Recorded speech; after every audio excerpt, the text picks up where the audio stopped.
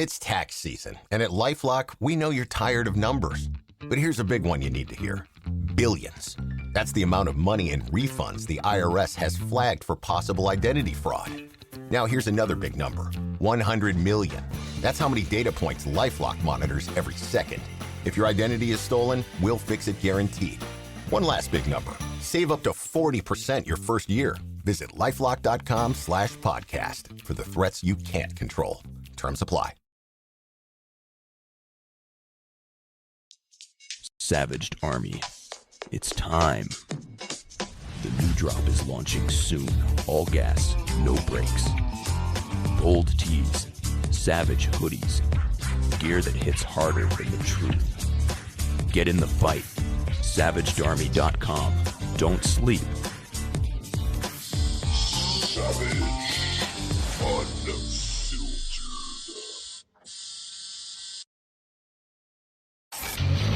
Welcome to the Savaged Unfiltered Show, where we say what the hell everyone else is scared to say. Hosted by Michael Gardner. Raw, unapologetic, no filter, no bullshit. Savage.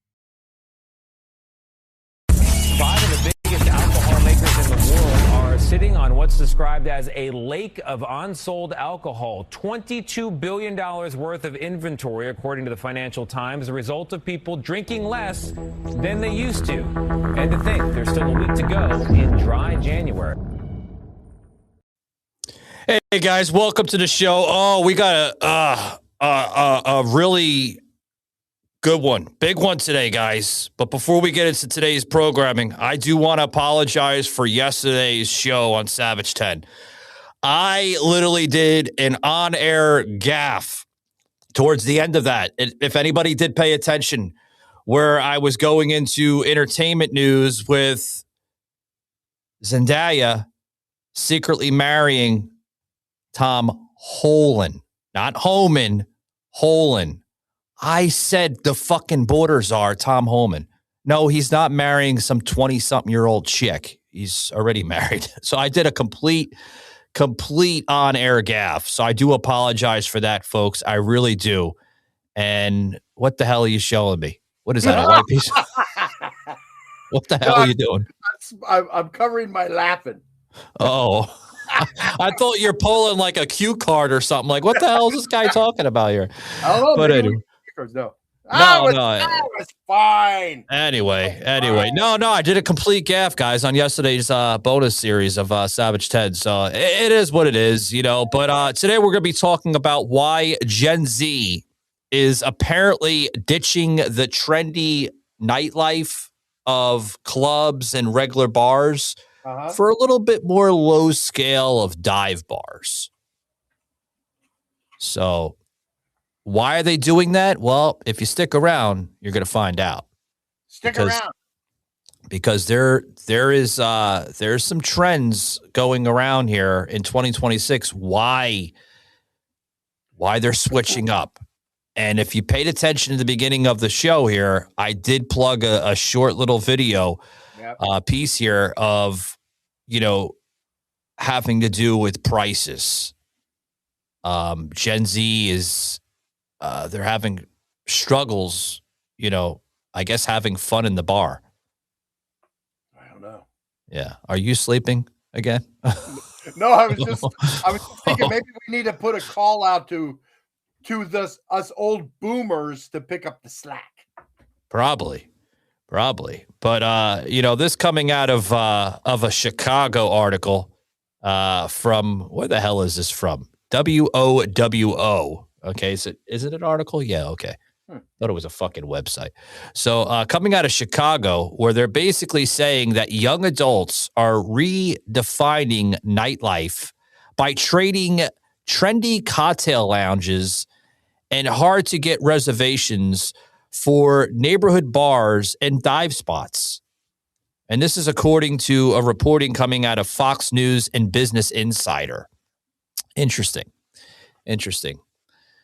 Do you think it has to do with the current work ethic of Gen Z individuals, Tom? No, I think it has to do with they want a place to go and just have fun. You They think they so? don't want to spend the big bucks. They don't want to spend the time getting dressed to go out and go to these places where you got to stand in line to get into the nightclubs, the rave. You know, they don't want to Sure. spend the time to do all that. They Yeah. want to just go to the local bar, have some drinks, have some laughs, slap some money in the jukebox, and just have a good time. I think And have cheap beer, right? I mean, that's what it seems like. just get your beer on tap. I mean, look, the guy looks like in the picture, the guy's drinking Pabst Blue Ribbon. Doesn't get much cheaper than that, people. But That's like, no. There's beer cheaper than that. You got to think of like Natty Daddies. Like that's like or Keystone. Yeah. I think what they're looking for is they're looking for that Cheers, where everybody knows your name. Everybody knows your name. Dun, Yeah. dun, dun. And this would be Norm, right?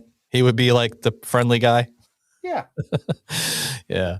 But I mean, it's not like our generation where still we can go to a bar or a club and spend almost $100 and still have fun, right? For a few hours. You know what else they're looking for maybe too is a place that's not as loud. I mean, a dive bar, your little neighborhood hole in the wall bar you go to, it's not really loud.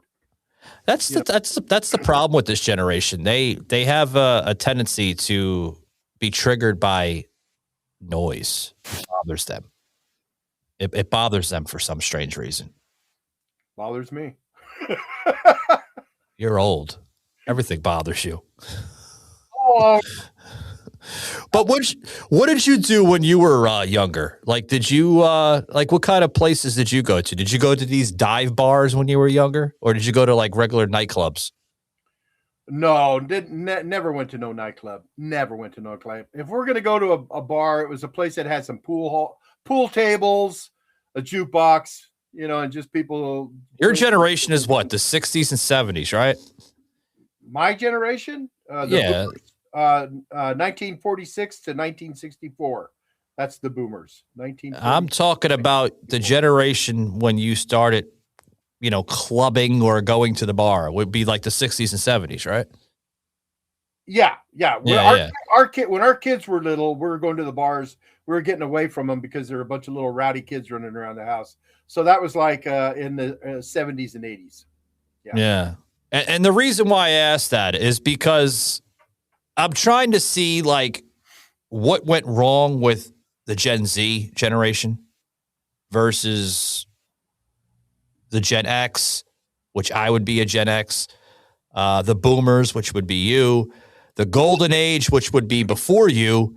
Yeah. And I forgot what the hell comes before golden age. I think it's like I think they call them elites or something. I got what it is right here.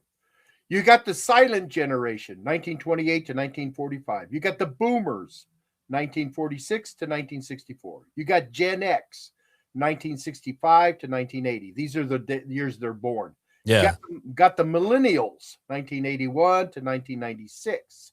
You got the Gen Z, 1997 to 2012. And then you got the Gen Alpha, which is 2013 to 2028. Yeah, they can't drink yet. No. Well, just about. Almost. They're off by like a hair of a couple of months or maybe close to a year. But yeah. So we're talking about Gen Z because they are necessarily eligible to drink by law.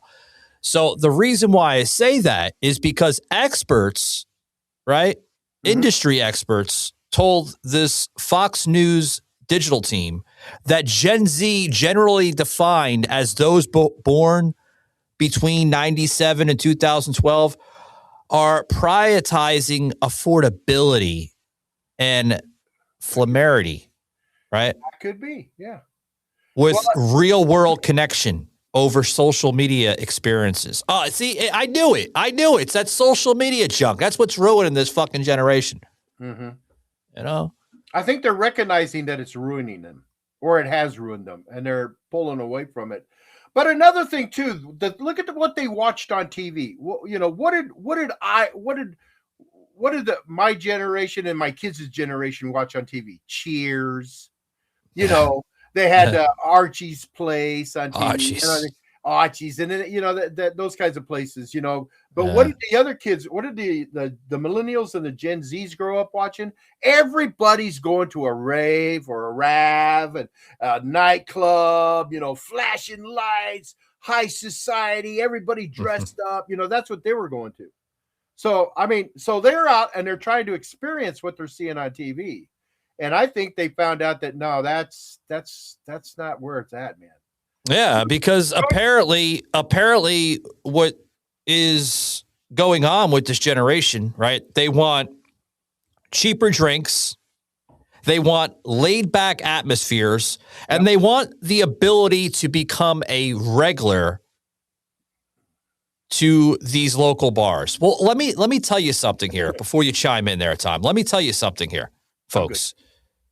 That cheaper beer is not always necessarily good beer in a bar. And I can tell you that from past experience from my early 20s when I would, go to the club scene and, hit up the bars and stuff like that up north and, basically all over the place. Cheap beer is not only bad beer, but it makes you out to be a lame partier, more or less. I don't know if you can agree with that, Tom, but when I was in my 20s and we would hit the clubs and the bars and, the nightlife for the night, if you were getting, cheap, really cheap beer, like a Natty Daddy or a Patsy, right? You would be looked as the lame duck of the crowd and no one would want to be around you because they would look at you as a poor guy and not a fun guy. That's what I'm kind of getting at. You know what I mean? By the time I hit my 50s, I'd learned a few things, like how family is precious. Work can always wait. And 99% of people over 50 already have the virus that causes shingles. Not everyone at risk will develop it, but I did. The painful, blistering rash disrupted my life for weeks. Don't learn about your shingles risk the hard way. Talk to your doctor or pharmacist today. Sponsored by GSK. Yeah, I see what you're saying. I, for one, was never like that. I couldn't care less what anybody was drinking. But you hit the head on the nail on the head when you said about cheap drinks, because they want to go in and what they wanted. We used to call them well drinks. Yeah. We used to go in and get well drinks. I want to give me a rum and Coke. What kind of rum do you want? Give me the well rum, or give me give me a 7-7. What do you want? You want Seagrams or do you want? No, give me the well drink. And that stuff was pure garbage. You drank that stuff because you wanted to get drunk. You didn't drink it because you're you're not after the good, high quality, good taste and stuff. You just want, and maybe that's what it is about the dive bars. Because with dive bars, you don't really go there to, hello, I'd like to have a little sip of bourbon, a little sip of scotch here. No, you go there, give me whatever you got behind the bar. I want to get drunk. That's what it is. Maybe that's what they're doing. Maybe they just want to go and get drunk. Cheap beer, Well, the industry experts are saying that the Gen Z drinks, right? The Gen Z, they drink less alcohol overall. I believe that. Well, that's good. They're being responsible, right? That whole catchphrase from throughout the last 50 some odd years in the alcohol advertisements were drink responsible. Right? Yeah. They're drinking responsibly. You told them to, and now they're doing it. Now they're doing it. And now they're mad because they're not selling the alcohol. Now they're mad. But it for that, drinking less alcohol, it's making the dive bars more or less more appealing spaces to socialize without pressure. Because dive bars haven't been just introduced in the last 10 years. They've been around forever. Ever. You know what it made me think of, Michael? Dive bars don't have minimum drinks. When you go into a fancy bar, it's usually a 2-drink minimum. They throw minimums on you. You got to have a 2-drink minimum. There's a cover fee. You got to pay to get in, a door fee. Dive bars aren't like that. No. There's no drink limit. You come in and you don't pay to get in the door. Yeah. They are appealing. I think they are more appealing than the hoity-toity places. Now, Now, is this going to more or less reinsurrect the dive bars back into existence with what I just said? You know, like people seem to be drinking lesser, but is the environment still going to match up in the nightlife? Yes. Or you think so? Yes. I don't know. And I'll tell you why I think so. Because you got the old boomers that are still going to the dive bars. You got the Gen X's going to the dive bars. You know, you got everybody below the Gen Zs are going to the dive bars. And it's a funner atmosphere. I mean, and they got sports going on. And that's what appeals to the boomers, and that is going in and watching sports. And you got a pleasant crowd. It's not a rowdy crowd. I mean, you know, it's just people in there having a good time. No one's in there to say, hey, look at me. You know, I'm fancy. And, you know, no, nobody's they could care less. They're just going in to have a good time. Yeah. That's what's appealing to a dive bar. We got several of them close by where Grammy and I live. I'll tell you, the parking lots are packed. They're packed. Yeah. I don't know. I mean, I would always look as the dive bars as like a last resort back in the day, especially in my clubbing days. Like we would always hit like the fancy clubs and lounges before we would hit a dive bar. A dive bar, you hit there like maybe after work for like about a half hour, 40 minutes, just to get your drink in or your fix, right? Mm-hmm. Right? Because you had a hard day at work or something. And then you go right home. That's what a dive bar was, basically, like a hole in the wall type of piece of shit place. Yeah. But according, go ahead. I'm sorry. And at night they're usually pretty empty because everybody's gone to the fancy places at night. But I think now everybody's staying in the dive bars. Yeah. Well, according to an Australian chart here from Australia, because I want to see what's going on the other side of the world too. According to this chart here, guys, check this out. This chart. Real household spending on alcohol and tobacco by age, okay, based to 100 of 2002 to 2003. Okay, so this is a little old, but again, you're going to see, you know, the comparison maybe in the last 20-something years. Okay, so from 2004, we'll look at 2004, right? Actually, it does go up. Thank you. Yeah. Just let me know sometimes. It does go up to almost recently, 2022. So from 2004, right, we see, okay, slightly lowered, right around the 44 mark. 24, right around the same mark there in 2004.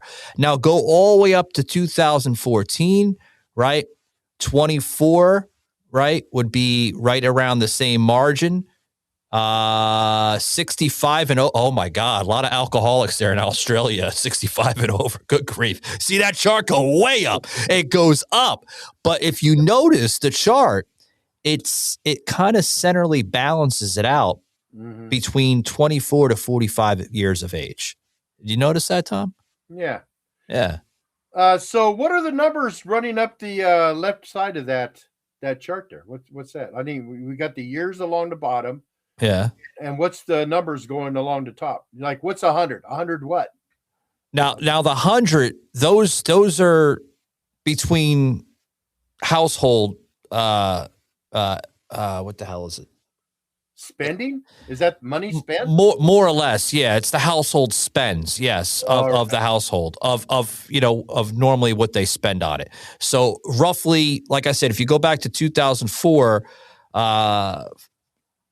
it says 15 to 24. I mean, obviously, the drinking laws are a little different in Australia, but from those ages right there, they would spend just about $100 on alcohol and tobacco, right? And tobacco. Now, if you look at 65 and over in 2004, right around the same. So from 2004 to like about 2007, 8-ish there, they're spending around just about $100. Yeah. Now you go up to 2010, it goes up to about 120. Now we're going up, baby. Like you look at 2022, the most amount of people in Australia that are spending on alcohol and tobacco are your 65 and over, and they're spending 2021-ish, I'm thinking right there, would about $220 on alcohol and tobacco. Boomers and Gen Xers, baby. That's us and our kids. Yeah. Now versus, 24 to like 25, close to 30, they're only spending about $105, $103 just a few years ago. So, I mean, that's because they see how we act with all the money we're spending. Now, how does this compare to, the information you just showed us, Savage, with the, Gen X, with the trendy stuff and all that dive bars? There's a point here, folks. Listen. This is where they're saying Gen Z is ditching the club scene, with the high prices and all this other, and they want to go to dive bars because this chart, even though it's Australia, does match up with the information here in America, in the States. They just can't simply afford now being almost $1,000 in a club to have fun versus 30, 40, 50 years ago, you can simply walk in with $100 bill and have a good night for 3, 4, 5 hours. It just doesn't, it doesn't mesh up now 40 some odd years later. You know what I mean? Maybe they've become more money conscious. They don't want to spend the big bucks, But that's coming back because we seen that in the 50s where people would actually look at, their consumer prices a lot carefully then than they, I mean, you go to a fancy place. I went to a fancy place. Me and Grammy were there, and I told her I wanted to get me a drink. So I went to the bar, and I was going to get me a Macallan's. I like scotch. So I went, let me have a Macallan's, make it a double. Okay. They put it in this little tiny taster glass and handed it to me. They go, $40. I went, excuse me? I didn't want the bottle. I just wanted a drink. No, yeah. But see, I could go down the street to a dive bar, go in there and get me a double, maybe not Macallan's, but give me a double Jameson. Let me have a double Jameson. And it'd be like $15. I mean, so I think a lot of it could be because it's cheaper to go out and hang with your friends in a dive bar. And it's a funner experience. You have a funner experience. Well, this is saying here, since this trend has been taking off now in the last, couple of years now, since it's been, going into that full force, the alcohol industry, folks, has lost $830 billion in the last 4 years. Yeah. Holy moly. $830 billion in 4 years. And I think that has a lot to do with the COVID era, to an extent, because even though, there were restrictions on most of our businesses in America during that era. Right. A lot of people were not willing to put up with the comply of, food delivery and regular, product delivery through places and sources like DoorDash or Uber Eats. They didn't want to pay, the extra freight, so to speak, on the bill when it came to that. You know what I mean, Tom? Like if you go on the DoorDash and, you're buying something that was $20-something, in alcohol, you got to add at least another 12, 13 with fees, platform fees. Yeah. So I think that may have had a slight difference with that. Yeah. What about the legalization of marijuana? How much is that taken away from the alcohol industry? People not paying alcohol and they're because it's legal. It's legalized in a lot of places. So you're saying the pot industry is coming back from like the fucking 70s and 80s? I mean, because that was a huge boom then. We got all kinds of stores and shops in my area. You can go 5 minutes from here. You can go and go in there and buy all the weed you want. I mean, you can go in there and buy it. I mean, all you need to do is go in there with a driver's license. Yeah. Well, according to this one content creator on was it TikTok? TikTok she's on. And she's putting this out, that sober Gen Z is not a good thing. Check this out, guys.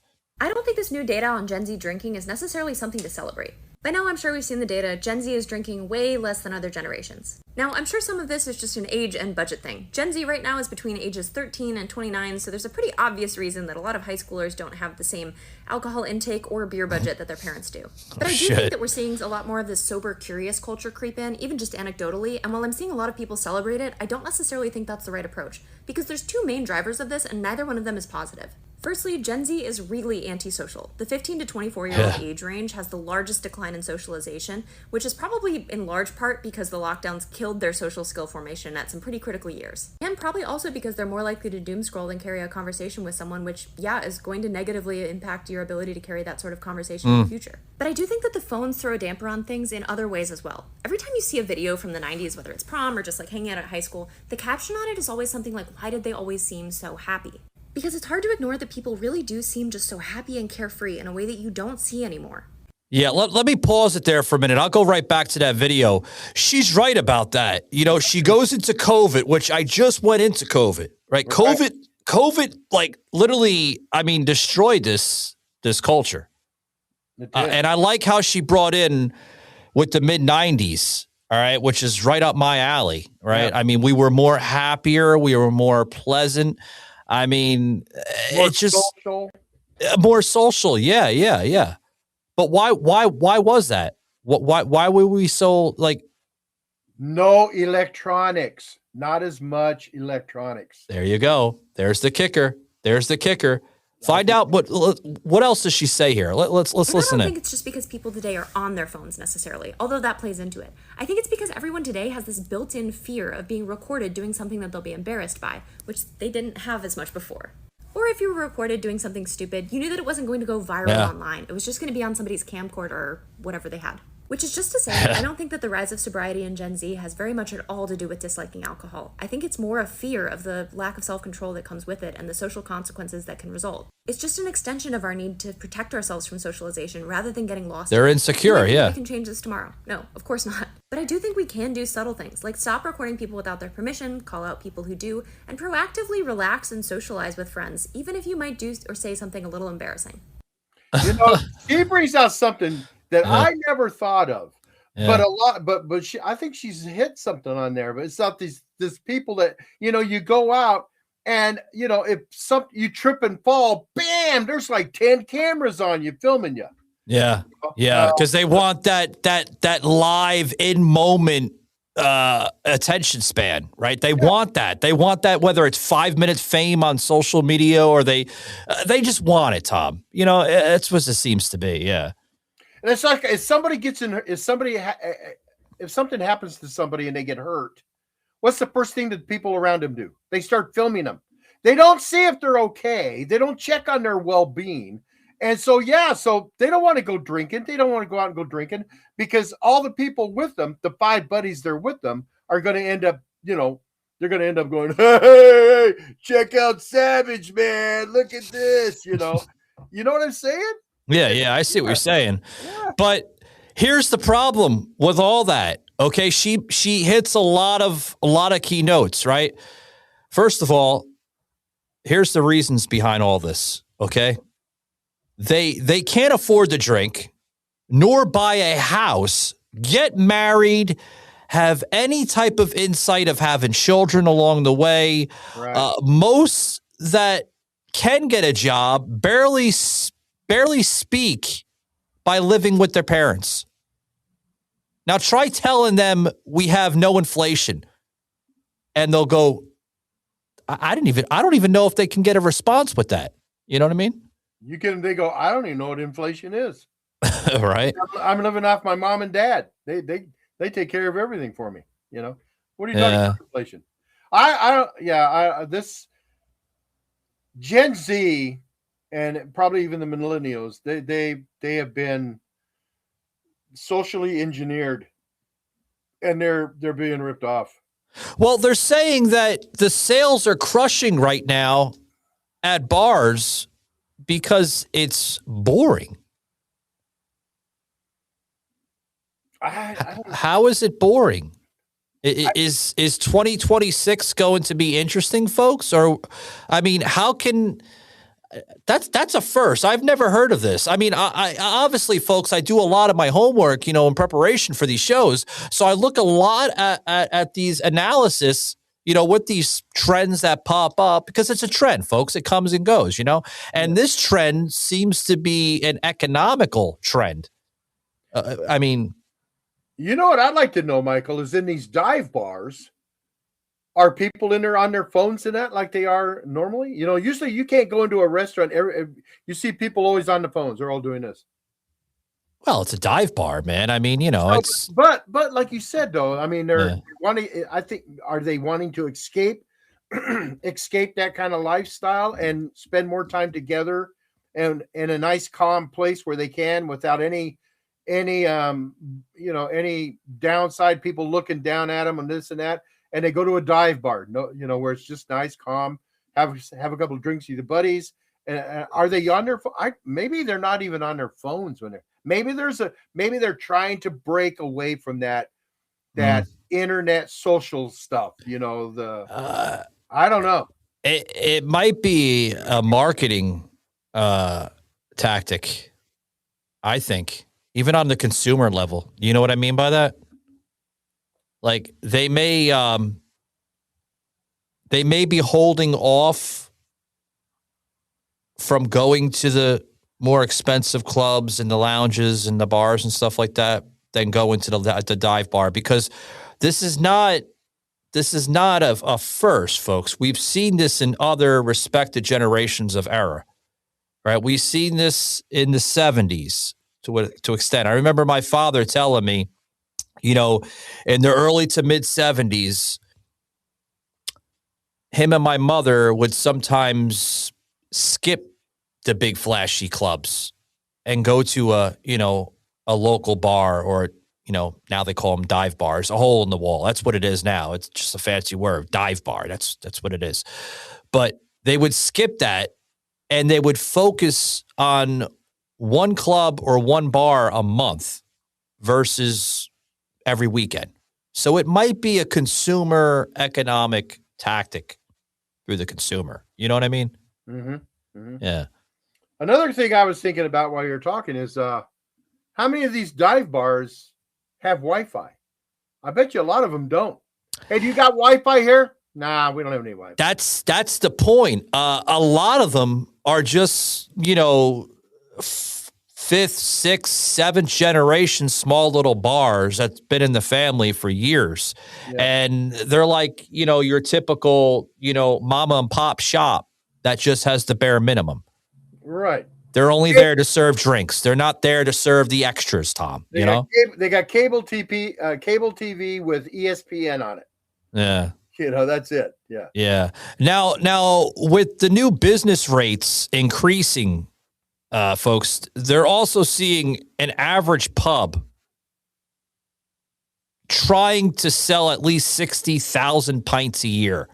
That's a success for any type of bar. 60,000. That's a little dramatic, Michael. But no, it's actually I've seen high end, very very high end bars sell 60,000 pints a year. That's a lot of beer that they, you know. It can be established and accomplished to that level, but there are a lot of bars in America that struggle even selling. Michael, that's only anything. That's like 165 pints a day. Yeah, that's good business. Yeah, that is real good business. That's good business. But we have bars in America that can even, I mean, they fail to even accomplish that.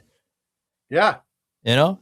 And the old man here on the show is like, you know, he's even looking stuff up to see if, you know, if my receipts are accurate. I like how you did that, because it's true. Yeah, I'm just curious, when you said 60,000 a year, I'm going, how many is that? How much is that a day? About 165 pints a day. And where I got this from, where I'm going to plug this video here in a minute, okay? That number also represents 97% of operators literally freezing future investments. I'm talking about advertisements. I'm talking about social media graphics. I'm talking about anything that's going to promote their brand. They are struggling right now because are we still in an inflation? Somewhat. We're not as high during the Biden administration of some between 6 to 9% of inflation. We are down at a normal, healthy 1.5, okay, which you want to be. I mean, you can't eliminate inflation completely, folks. No. You can't. It's nearly impossible. But a healthy number, Tom, you can bring it right around 1.5, which is a healthy level. You know, can you imagine you having a dive bar and you go in there and you tell your bar people, say, look, we have got to sell 14 pints an hour. Now you think 14 pints an hour? Yeah, if there's people in the bar, yeah. I could maybe 14 pints an hour. Because they'd have to do that for 12 hours to hit that daily quota. And then they'd have to do that every day for a year to hit that 60,000. Man, I don't know. Yeah. It's a lot. It is a lot. It is a lot. Now, this video I want to makes me thirsty. It makes me thirsty, you know, and this video I want to plug, okay, that goes into this the same amount of analytics and measures and everything else that I just mentioned briefly. Check this out, guys, because this is going to be disturbing if you're a bar owner, okay, or any type of small business owner relating to the bar or club industry. Check this out. My sector is hospitality. We're the 5th biggest sector in the whole of the UK, the 3rd largest employer. And actually, we are hurtling towards a double cliff edge now with the NI increase and the business increase as well, the business rates increase. Just to put that into perspective, with the business rates increase on an average pub, you'd have to sell another 60,000 pints every single year. 97% of people have now stalled any investment. So to say it's the party of business and growth, I doubt it. So that's coming out of the UK, folks. So not just America is suffering, okay? Because the numbers that he gave are very close to the numbers in America. It might be off by a little, small little margin, but they're struggling. Yeah. What happened in the last 50 some odd years? What happened, Tom? COVID. Well, that played a big part, but we're talking about an epidemic that lasted for what, a year and a half, 2 years, the most. But people just, I don't know, they're just not drinking. I don't know. But see, I don't agree with that lady that says that that's not a good. I think it's a good thing. I think it's a good, because look at if you're not drinking as much, you don't have the alcohol related things. You don't have people driving around drunk. You know, you don't have the domestic violence. You don't have the fighting in the bars. You know, you do away with that kind of stuff. Responsibility is great. I'll give you that. Okay. She's right on a lot of things, and she's right on other things too. She's right on the responsibility, but she's also right on the sociability of people, their peers, communicating with one another, engaging in one another.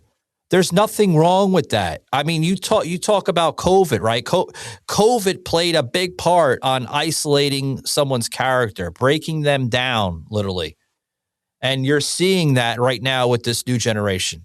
They don't know how to socialize with one another. No. They don't know how to communicate with one another without picking up this damn fucking thing and wondering who's on a fucking TikTok live or, doing something stupid, right? Or filming something on the street, like she mentioned, right? They want that 5 or 10 minute fucking fame where they can post it on TikTok or some kind of social media platform. That's the problem. And it's affecting their emotions, their feelings. I mean, you talk about feelings. Holy shit, man. They're all over the place with that. Yeah. But honestly, are we going to talk about this generation? Yes, we are. Because if they're not careful, they're going to collapse their own culture as a generation, if you know what I mean by that. It's making me wonder what's filling that void, though. I mean, if they're not drinking, you usually drink to escape. You drink to get drunk, get have high. Have fun with your friends, escape from the work week, or escape from your parents' hellhole that they put you through for the last fucking week. That's yeah. So if they're not drinking for that, what are they doing to escape from that? You know, are other drugs? Are we seeing an increase in other drugs?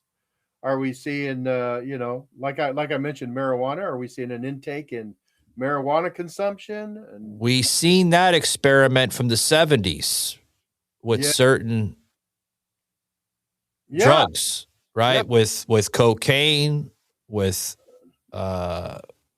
marijuana. I think, was it heroin? Was that popular in the 70s? Yeah. So is the 70s coming back into play with de-isolating social activity within individuals? I think so. Yeah, I don't know. Because I believe history repeating itself. I really do. But if we talk honestly, the consumption and the disposable income has taken a major downturn, Tom. Look at the income now. No one's making nearly enough as they once was before COVID. After COVID, you started seeing everyone's paychecks kind of go down. I mean, I'll be honest. Are the jobs there? The jobs are there, folks. We have the jobs. We have the jobs that you can make a tremendous amount of money. Yeah, they're out there. But we don't have the will behind those individuals to fill those jobs. So the income level is decreasing due to the person's demeanor of motivation. That's what's declining in the country, the motivation. What that young lady just was saying in the clip that I plugged. The motivation is lacking. Without motivation, you don't have will of drive to steer you in the right direction, more or less. You know? Yeah. I mean, and then that directly connects to people's social, and like I said, right, their social and spending habits, the bottle service, right? What's bottle service? The bottle service is the actual engagement within the individual, right? That also links to rent and mortgage, car, groceries. Come on. People, you look at them right now and they don't even know how to manage a simple fucking checkbook, even though checkbooks are kind of going obsolete now and everything's more digitalized. But if you gave him an actual checkbook, I'm not talking about a checkbook, folks, that you write, from your bank and you write it out to somebody, a business, individual, whatever. I'm talking about a physical checkbook. A checkbook, my personal opinion of a checkbook, is your finances. You're talking about a ledger. Yeah. You're showing your money, your output versus your input and all They that. don't know. They don't know that. I don't think it was explained to them. I don't know. So, I mean, it's a great question that we need to discuss today on the show. Yes, liquor sales are down. Literally, they've been down since 8% since 2024. But why? We want to know why. Because I physically believe. Now, this is my opinion. Now, my opinion might be different from your opinion, but I'd love to hear your opinions. Okay? My opinion on this has to do with everything we've been discussing today on the show. Zero sociability of individuals. Okay? Self-isolation. No one's going out anymore. Everyone's staying home on their keyboards. They're doing this and talking to people more than actually sitting down and saying, hey, how you doing? Hey, how was your work week? Hey, how's the kids going? How they doing? Yeah, none of that happening. No. None of that happening. Instead of this is what they're doing, similar to what Tom and I are doing right now on a podcast platform. They're talking like this through video. Mm-hmm. Is that engaging? To a degree it is. Is it communicating? It's communicating, but are you socializing? No, you're not socializing. No. Because I can fake my entire character and personality right now through a video. Yeah, versus somebody in real life. We can we can change our persona who we're at. We can change it. We can put on an act. We can put on a show in front of a camera. And then when the camera goes off, it's like, bah! We like that. We change. Hey, how you doing? I get what you're saying. It's and I try to warn people that you don't know who you're talking to. You don't know who you're talking to. You don't know these people. You don't know. No. And when you're talking face to face and you're eyeball to eyeball, you can see body move. You can judge a person. You can look at them and see where they're at. You can smell them. I mean, there's so much more involved in the one-on-one a one-on-one communication. I mean, we don't have that anymore. Yeah. Now, this chart here I want to bring up is, before we close it out here, folks, this is now showing people eating less at sit-down restaurants. Now, before I put this up here, folks, I will agree that eating at home is more healthier, not only for your mind, but for your pocketbook too. Yeah. But is it okay to splurge a little bit and go out? Absolutely. My mother and father would take us out when we were kids, at least sometimes twice a week. Yeah. The beginning of the week, and then towards like the end of the week by the weekend, right? Yep. We would do that. And I'm a strong believer in contributing not only to our society as a taxpayer, but also as a citizen, contributing to our both local and corporate businesses, because that's how you keep our economy strong. Now, this is coming from 2022, this chart, okay? So it's a couple years old. Why I can't get anything from current years is because of the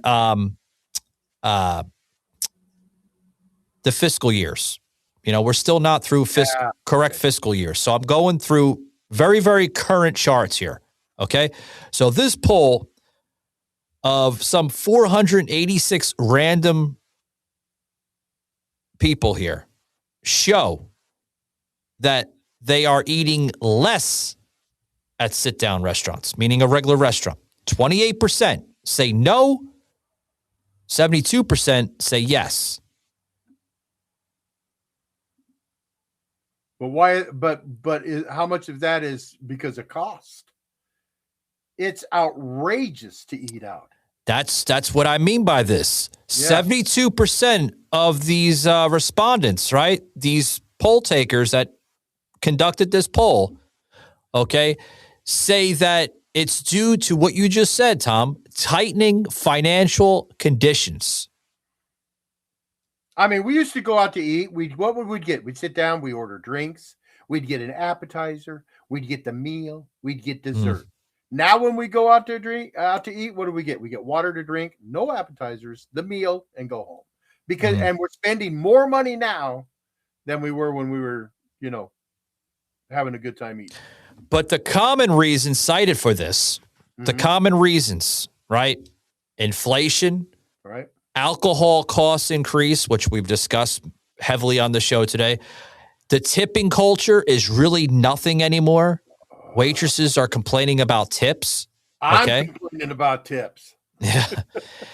Healthier options at home. People are, going back to that 1960, 50 era where people would actually cook more at home than going out, which nothing people wrong with that. We would discuss that a couple weeks ago. If you go into other programs that we had with other episodes with people being more healthier back in the 50s and 60s than they are now.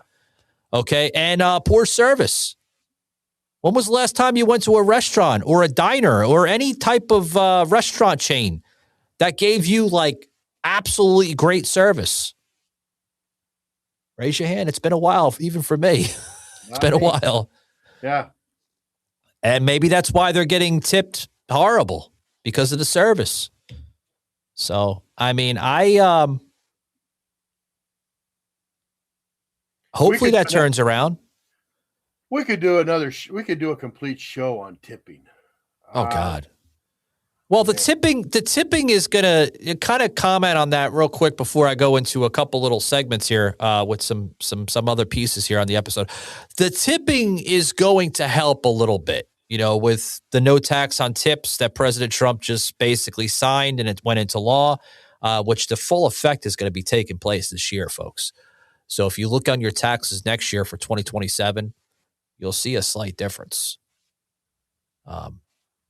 If you go to, report that, which I hope you do, report your tips to the federal government. Trust me, it's going to help you out with your deductions. If you are in that industry. I actually have some friends that are restaurant owners, and some of their waitresses and bartenders. I mean, it helps them out tremendously of the deductions. It really does. But anyway, guys, I do want to direct your attention to the screen. Our coffee is now available, guys. That's right. If you go over to my main website, savageunfiltered.com.wordpress.com, you will get the exact information to this amazing brand that I started earlier this year through our Savage Grind Coffee Company. This particular one on the screen is Scroll and Burn, which is our dark roast, 100% roasted coffee, none of the filler shit. It's Italian grade. It's all imported from Italy and through amazing farms. I deal with 2 amazing farms in the state of Oregon, Bend, Oregon, actually, believe it or not, that manufactures, process, and produces all my coffee. So amazing stuff. Also want to say this weekend, guys, that's right, it's already available. If you're checking us out right now, it's already available. So head over to savagearmy.com and check out this amazing piece here. I stand with President Trump. That's right. Trump was right about everything. He was right about the corruption, the fraud. He was right about the voter irrealities, meaning that they a little far-fetched. He was right about everything, guys. Check it out. All brand new merchandise on savagearmy.com. Really good stuff over there. Got some new stuff coming out soon with some coffee mugs, hoodies, beanies, hats, socks. Hell, if you even want a MAGA baby outfit for your baby, it's going to be on there too, guys. Amazing stuff. No, I'm serious. We're going all out on savagearmy.com. So amazing stuff. Yeah. Question for you. So on your savagearmy.com, your merchandise. Sure. Are we going to be able to buy coffee there too? Can we get the copy? Not on the merchandise website, but you can go over to the main website that I just mentioned on Savage Unfiltered, and it has a direct link that you can go right to that. Well, I was just going to say I mean, they're separate websites, but it's all listed on the main website of Savage Unfiltered. Yeah.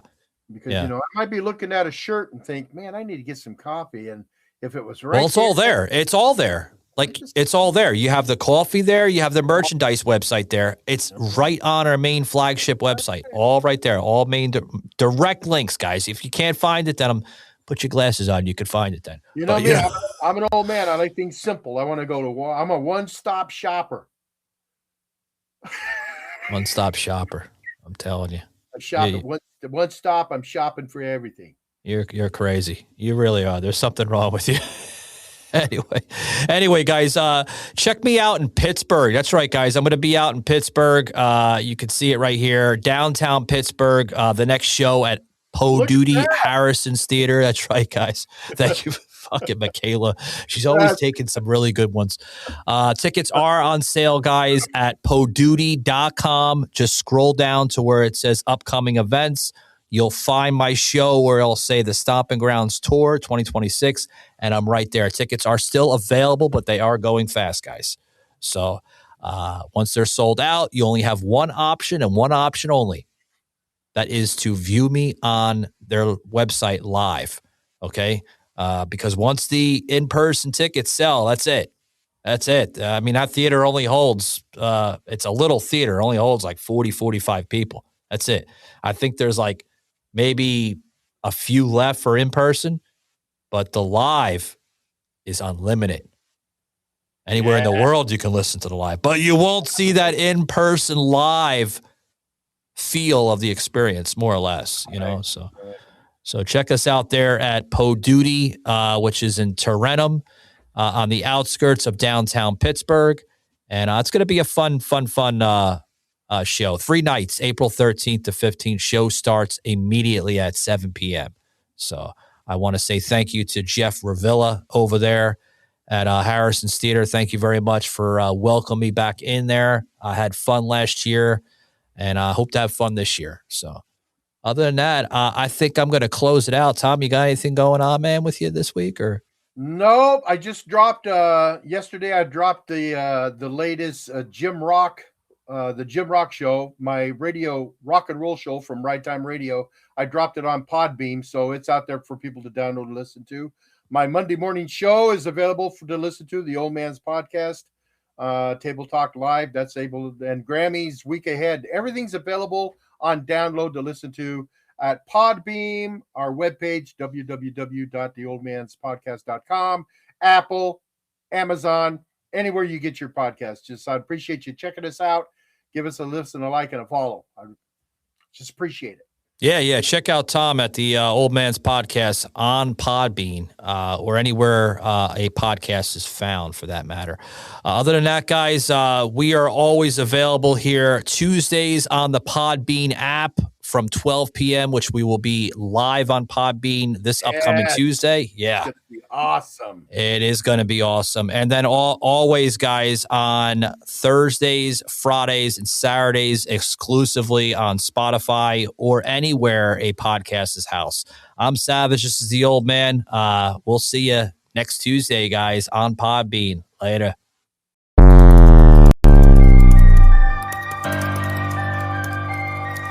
This had been a Truth Productions media episode. Thank you for listening.